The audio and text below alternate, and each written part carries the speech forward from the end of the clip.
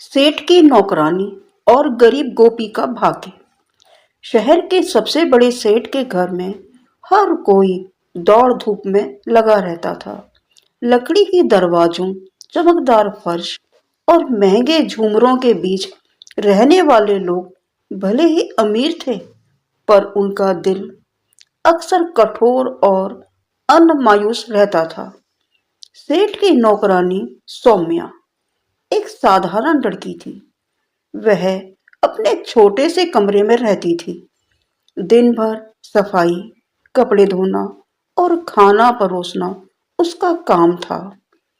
उसकी उम्र बस 20 साल थी, पर चेहरे पर एक अजीब सी गंभीरता थी, जो उसके बचपन के संघर्षों की कहानी सुनाती थी।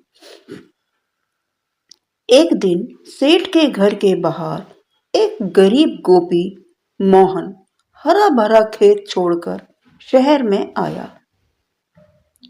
उसके पास केवल एक पुरानी बांसुरी और थोड़े बहुत सिक्के थे। मोहन गांव का लड़का था, सरल और ईमानदार। उसकी आंखों में जीवन की मासूमियत और उम्मीद दोनों झलकती थी। मोहन का पहला काम शहर की गलियों में भिक्षाटन करना था, पर उसकी दया और भोलापन लोगों के दिल को छू जाता था। सौम्या ने उसे पहली बार सेठ के घर के बाहर देखा, जब वह अपने खाली हाथों से शहर की गलियों में घूम रहा था। तुम्हें खाना चाहिए? सौम्या ने धीरे से पूछा। मोहन ने सिर झुकाया और कहा, बहन जी, मैं बहुत भूखा हूं। सौम्या ने अपने हाथ से उसके लिए रोटियां और दाल निकाल दी। मोहन ने खुशी से हाथ जोड़कर उसका धन्यवाद किया। उस दिन से मोहन और सौम्या की दोस्ती धीरे धीरे गहरी होने लगी। संकट और चुनौती। एक दिन सेठ ने अपने घर में बड़ा आयोजन रखा।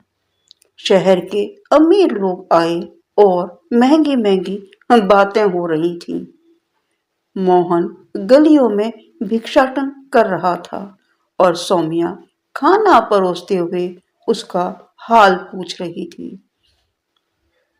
सौम्या ने सोचा, अगर मैं मोहन को अपने घर लाकर थोड़ी मदद कर दूं, तो उसका भाग्य बदल सकता है।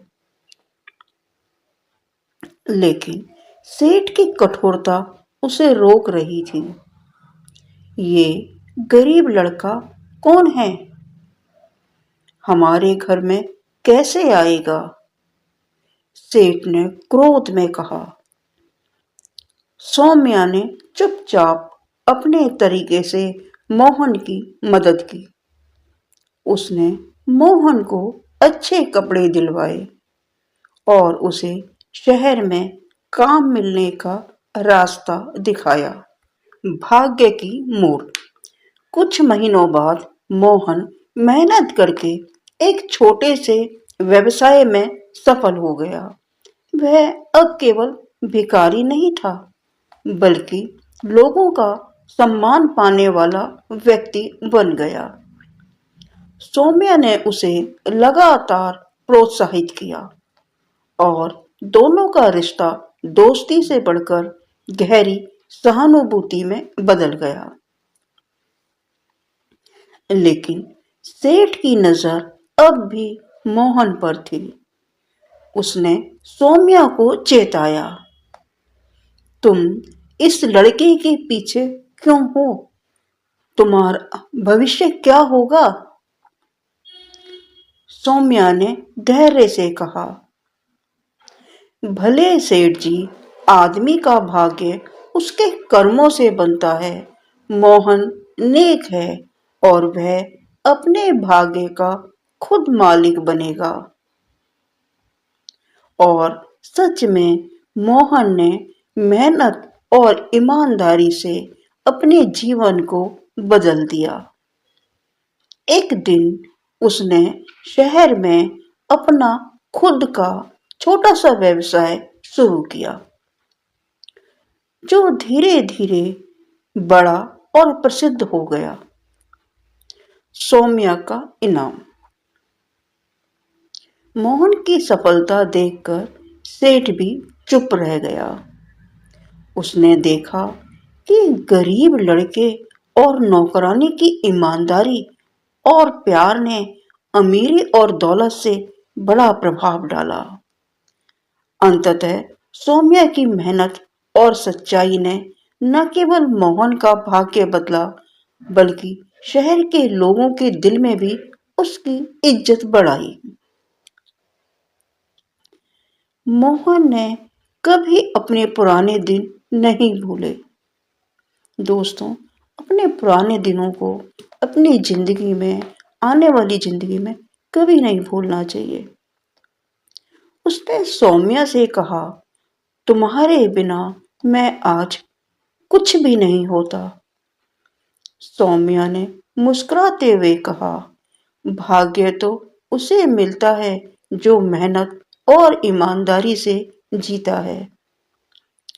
दोनों ने मिलकर गरीब और अमीर की सीमाओं को पार किया और साबित कर दिया कि सच्चाई और मेहनत से बड़ा कोई धन नहीं। संदेश।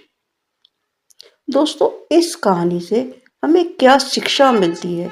यह कहानी क्या संदेश देती है?